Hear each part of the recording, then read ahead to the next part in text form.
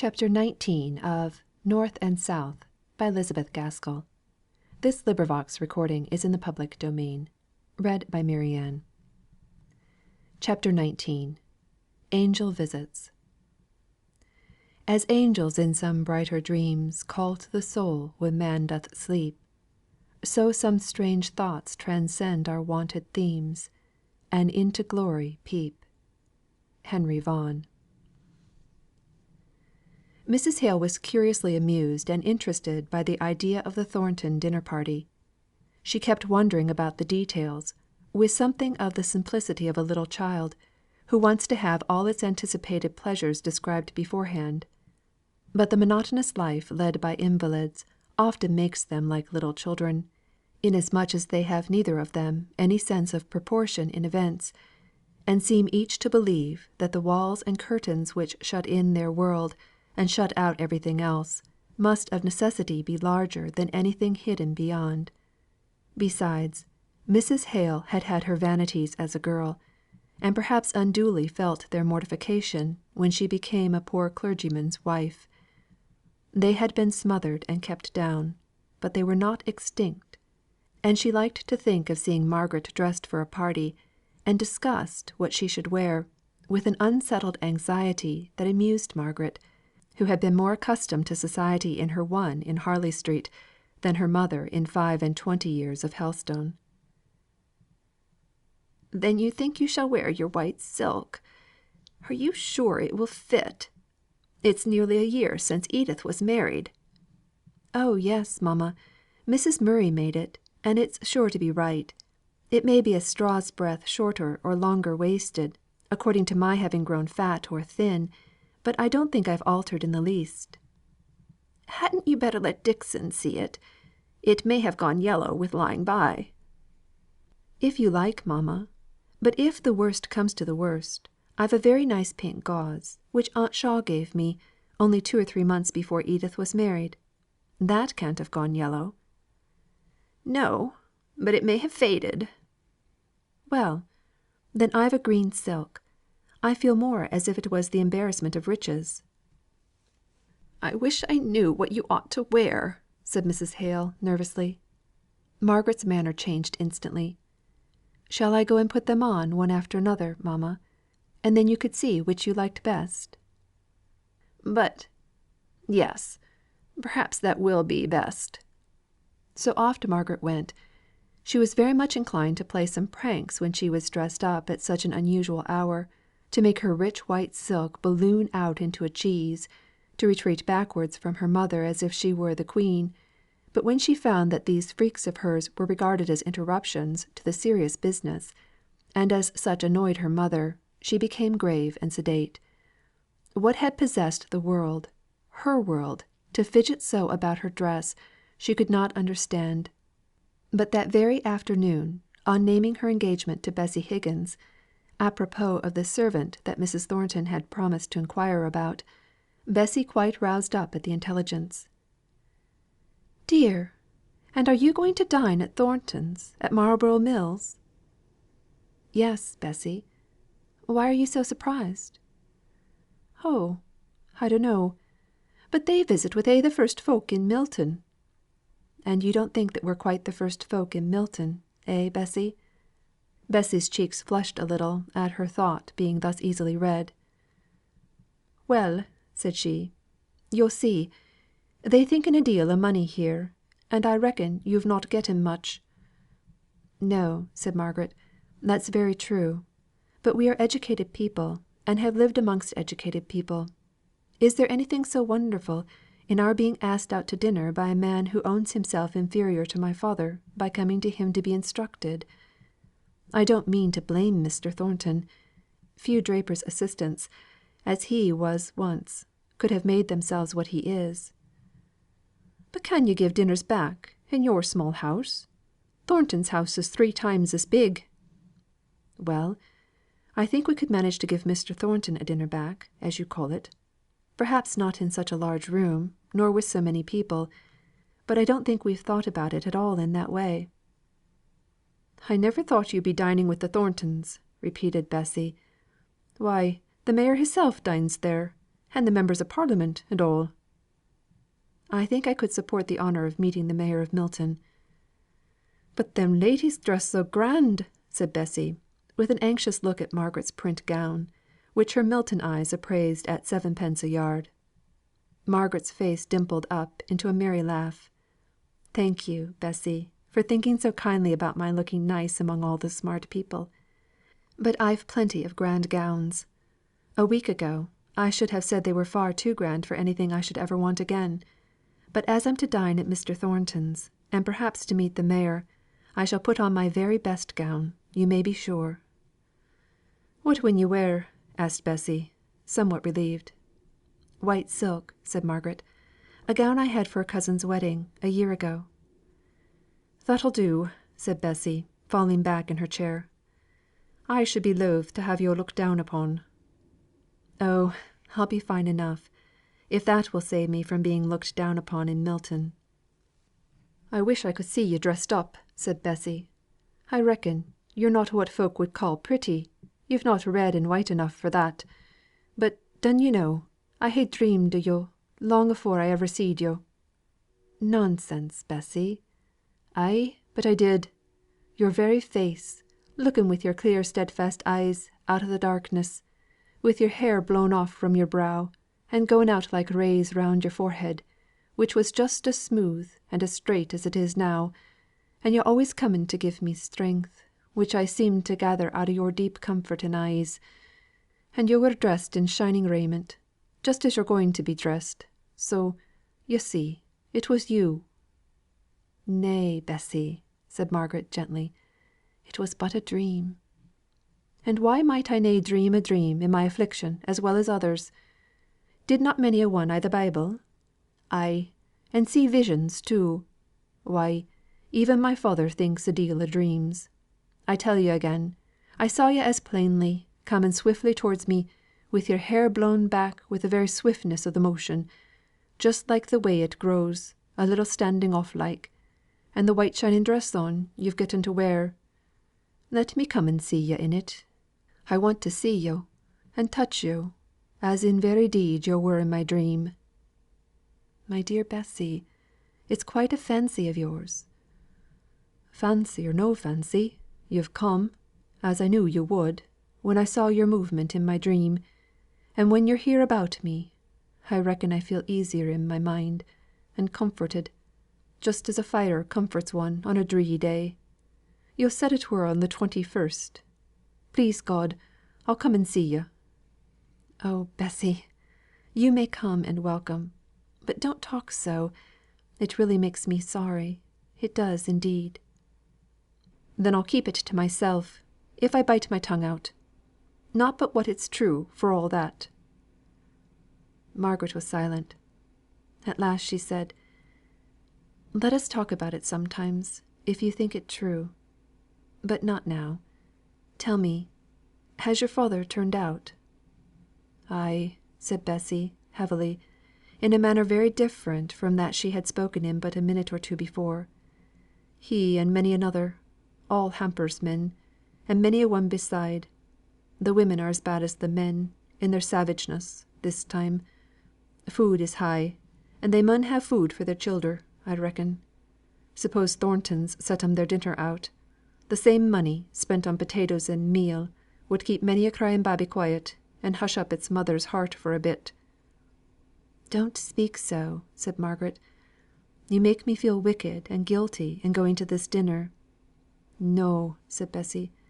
"Some's pre elected to sumptuous feasts, and purple and fine linen.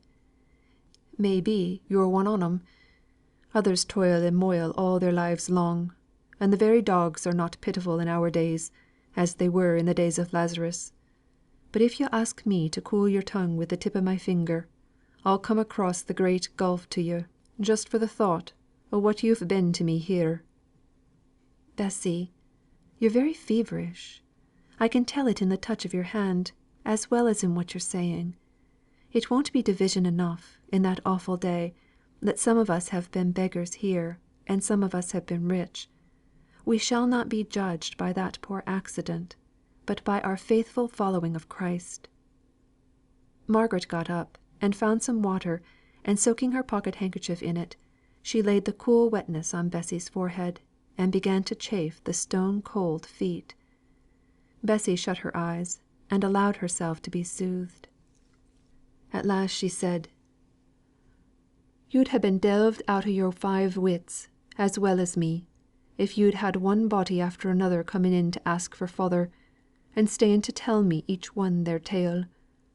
Some spoke o' deadly hatred, and made my blood run cold, wi' the terrible things they said o' the masters; but more, being women, kept plaining, with the tears running down their cheeks, and never wiped away nor heeded; of the price o' meat, and how their children could not sleep at nights for the hunger." "And do they think the strike will mend this?" asked Margaret. "They say so," replied Bessy. "They do say trade has been good for long, and the masters has no end o' money; how much father doesn't know; but, in course, the Union does, and, as is natural, they wanting their share o' the profits, now that food is getting dear; and the Union says they'll not be doing their duty if they don't make the masters give 'em their share. But masters has getten the upper hand somehow, and I'm feared they'll keep it now and for evermore.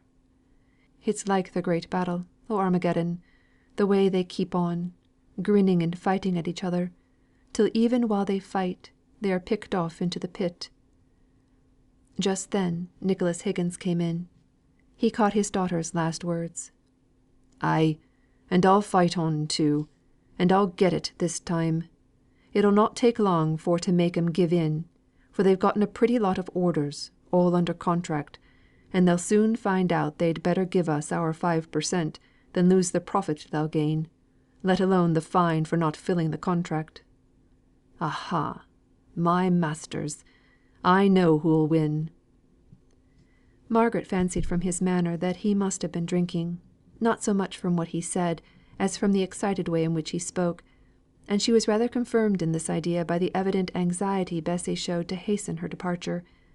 Bessy said to her, "The 21st, that's Thursday week. I may come and see yo' dressed for Thornton's, I reckon. What time is your dinner?" Before Margaret could answer, Higgins broke out, "Thornton's! Are to going to dine at Thornton's? Ask him to give yo' a bumper to the success of his orders. By the 21st, I reckon, he'll be pottered in his brains how to get 'em done in time. Tell him, there's 700'll come marching into Marlborough Mills, the morning after he gives the 5%, and will help him through his contract in no time. You'll have 'em all there. My master, Hamper, he's one of the old fashioned sort; ne'er meets a man 'bout an oath or a curse. I should think he were going to die if he spoke me civil. But arter all, his bark's waur than his bite; and yo' may tell him one o' his turn outs said so, if yo' like. Eh! but yo'll have a lot of prize mill owners at Thornton's. I should like to get speech o' them, when they're a bit inclined to sit still after dinner, and couldna run for the life on 'em. I'd tell 'em my mind. I'd speak up again the hard way they're driving on us." "Good bye," said Margaret, hastily. "Good bye, Bessy. I shall look to see you on the 21st, if you're well enough." The medicines and treatment which Dr. Donaldson had ordered for Mrs. Hale did her so much good at first that not only she herself, but Margaret, began to hope that he might have been mistaken, and that she could recover permanently. As for Mr. Hale, although he had never had an idea of the serious nature of their apprehensions, he triumphed over their fears with an evident relief, which proved how much his glimpse into the nature of them had affected him. Only Dixon croaked for ever into Margaret's ear. However, Margaret defied the raven, and would hope. They needed this gleam of brightness indoors, for out of doors, even to their uninstructed eyes, there was a gloomy brooding appearance of discontent. Mr. Hale had his own acquaintances among the working men, and was so depressed with their earnestly told tales of suffering and long endurance. They would have scorned to speak of what they had to bear to any one who might, from his position, have understood it without their words. But here was this man, from a distant country, who was perplexed by the workings of the system into the midst of which he was thrown; and each was eager to make him a judge, and to bring witness of his own causes for irritation. Then Mr. Hale brought all his budget of grievances, and laid it before Mr. Thornton, for him, with his experience as a master, to arrange them, and explain their origin; which he always did, on sound economical principles, showing that, as trade was conducted, there must always be a waxing and waning of commercial prosperity, and that in the waning a certain number of masters, as well as of men, must go down into ruin, and be no more seen among the ranks of the happy and prosperous. He spoke as if this consequence were so entirely logical, that neither employers nor employed had any right to complain if it became their fate; the employer to turn aside from the race he could no longer run, with a bitter sense of incompetency and failure, wounded in the struggle, trampled down by his fellows in their haste to get rich, slighted where he once was honoured, humbly asking for, instead of bestowing, employment with a lordly hand. Of course, speaking so of the fate that, as a master, might be his own in the fluctuations of commerce, he was not likely to have more sympathy with that of the workmen, who were passed by in the swift merciless improvement or alteration which would fain lie down and quietly die out of the world that needed them not, but felt as if they could never rest in their graves, for the clinging cries of the beloved and helpless they would leave behind; who envied the power of the wild bird that can feed her young with her very heart's blood. Margaret's whole soul rose up against him when he reasoned in this way, as if commerce were everything and humanity nothing. She could hardly thank him for the individual kindness which brought him that very evening to offer her, for the delicacy which made him understand that he must offer her privately, every convenience for illness that his own wealth or his mother's foresight had caused them to accumulate in their household, and which, as he learnt from Dr. Donaldson, Mrs. Hale might possibly require. His presence, after the way he had spoken, his bringing before her the doom which she was vainly trying to persuade herself might yet be averted from her mother, all conspired to set Margaret's teeth on edge, as she looked at him and listened to him.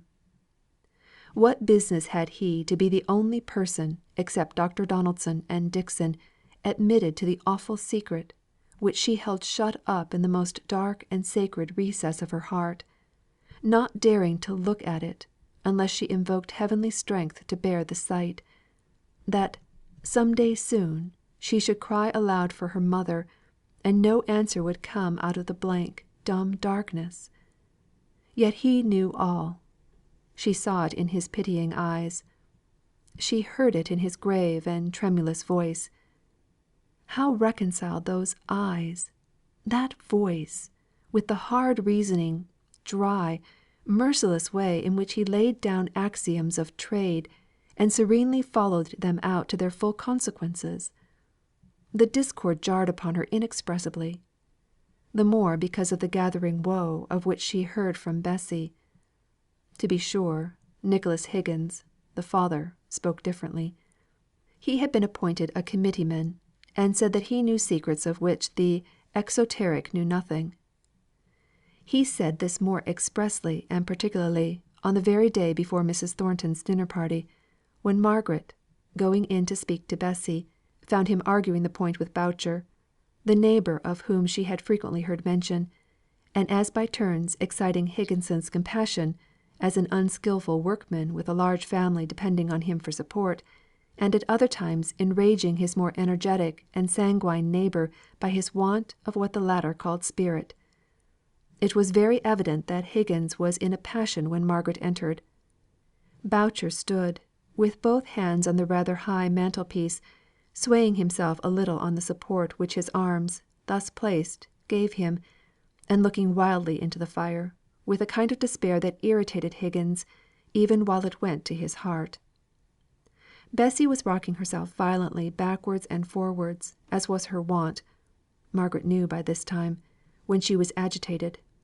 Her sister Mary was tying on her bonnet, in great clumsy bows, as suited her great clumsy fingers, to go to her fustian cutting, blubbering out loud the while, and evidently longing to be away from a scene that distressed her. Margaret came in upon this scene, She stood for a moment at the door. Then, her finger on her lips, she stole to a seat on the squab near Bessy. Nicholas saw her come in, and greeted her with a gruff but not unfriendly nod. Mary hurried out of the house, catching gladly at the open door, and crying aloud when she got away from her father's presence. It was only John Bowker that took no notice whatever of who came in and who went out. "It's no use, Higgins. Hoo cannot live long i' this'n. Hoo's just sinking away; not for want of meat hersel, but because hoo cannot stand the sight o' the little ones clemming. Ay, clemming.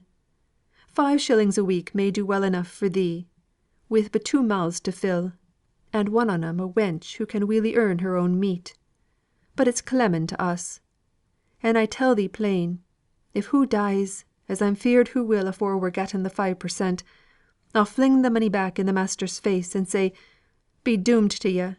Be doomed to the whole cruel world o' ye, that could na leave me the best wife that ever bore childer to a man!'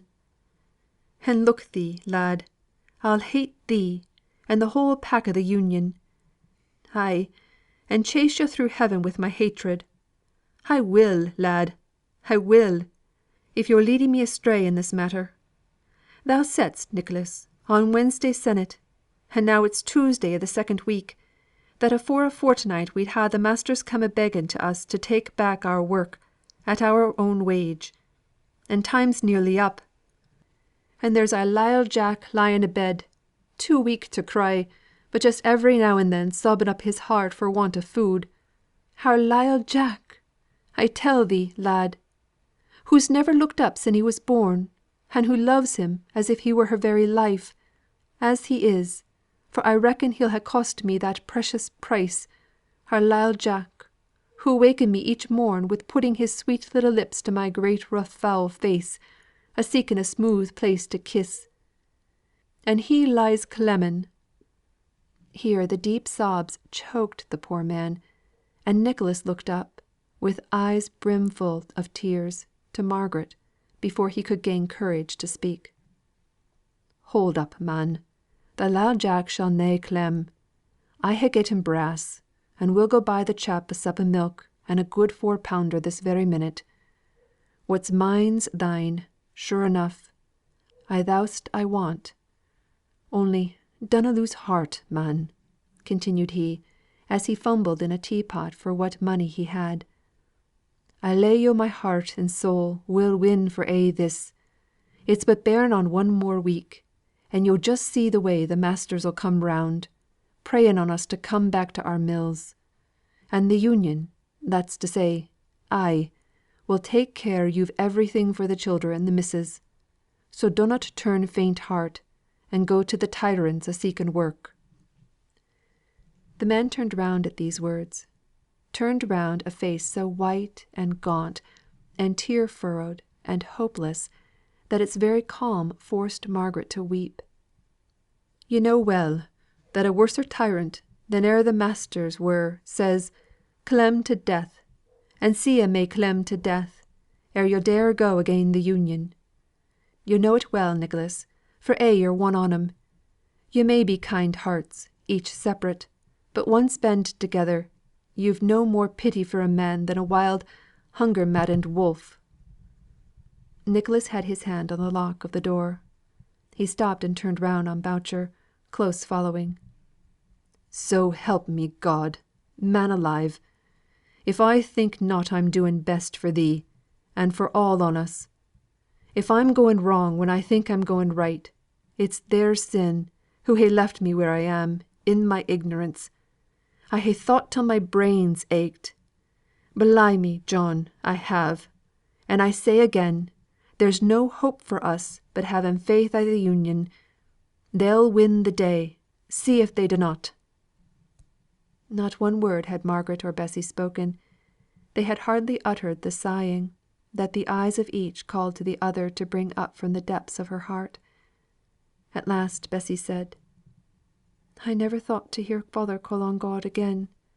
But yo' heard him say, 'So help me God.'" "Yes," said Margaret. "Let me bring you what money I can spare. Let me bring you a little food for that poor man's children. Don't let them know it comes from any one but your father. It will be but little." Bessy lay back without taking any notice of what Margaret said. She did not cry, she only quivered up her breath. "My heart's drained dry o' tears," said she. "Boucher's been in these days past, a telling me of his fears and his troubles. He's but a weak kind o' chap, I know, but he's a man for a' that; and though I've been angry, many a time before now, wi' him and his wife, as knew no more nor how him to manage, yet, yo' see, all folks isn't wise, yet God lets 'em live. Ay, and gives 'em some one to love, and be loved by, just as good as Solomon.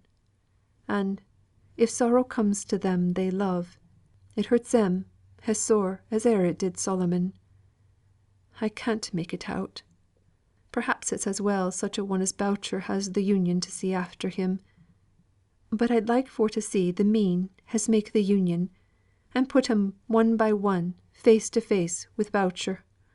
I reckon, if they heard him, they'd tell him, if I cotched 'em one by one, he might go back and get what he could for his work, even if it weren't so much as they ordered." Margaret sat utterly silent. How was she ever going to go away into comfort and forget that man's voice, with the tone of unutterable agony, telling more by far than his words of what he had to suffer? She took out her purse. She had not much in it of what she could call her own, but what she had she put into Bessy's hand, without speaking. "Thank yo'. There's many on 'em gets no more, and it's not so bad off; leastways, does not show it as he does. But father won't let 'em want, now he knows. Yo' see, Boucher's been pulled down wi' his childer, and her being so cranky, and a' they could pawn has gone this last 12 month. Yo're not to think we'd ha' letten 'em clem, for all we're a bit pressed oursel. If neighbours doesn't see after neighbours, I dunno who will." Bessy seemed almost afraid lest Margaret should think they had not the will and, to a certain degree, the power of helping one whom she evidently regarded as having a claim upon them. "Besides," she went on, "father is sure and positive the masters must give in within these next few days; that they canna hold out much longer. But I thank yo' all the same. I thank yo' for myself, as much as for Boucher, for it just makes my heart warm to yo' more and more." Bessy seemed much quieter to day, but fearfully languid and exhausted. As she finished speaking she looked so faint and weary that Margaret became alarmed. "It's not," said Bessy. "It's not death yet. I had a fearful night wi' dreams, or somewhat like dreams, for I were wide awake; and I'm all in a swounding daze to day. Only yon poor chap made me alive again. No, it's not death yet, but death is not far off. Ay, cover me up, and I'll maybe sleep, if the cough will let me. Good night. Good afternoon, m'appen I should say, but the light is dim and misty to day." Chapter 19